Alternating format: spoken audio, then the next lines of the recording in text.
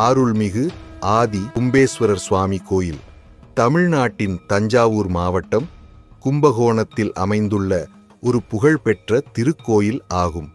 இக்கோயில் சோழர் காலத்தில் கட்டப்பட்டதாகவும் பின்னர் நாயக்கர் மன்னர்களால் விரிவுபடுத்தப்பட்டது. அக்காலத்தில் பிரம்மா உலகின் அனைத்து உயிர்களின் விதைகளையும் வேதங்களையும் புராணங்களையும் ஒரு அமுதக் குடத்தில் வைத்து அதை கைலாச மலையின் உச்சியில் வைத்தார். பிரளயத்தின் போது அந்த குடம் கடலில் மிதந்து கும்பகோணத்தில் தங்கியது.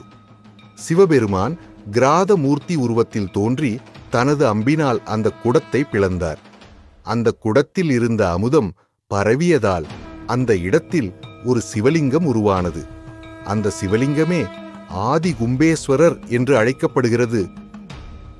அருள்மிகு ஆதி கும்பேஸ்வரர் திருக்கோயிலில் பிரதான மூலவர் சிவபெருமான் ஆதி கும்பேஸ்வரர் என அழைக்கப்படுகிறார்.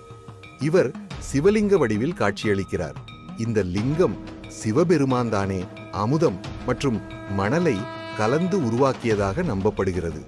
இது கீழ்பருத்தும், மேலே ஊசி வடிவில் மெல்லியதாக டேப்பராகும் தன்மை கொண்டது.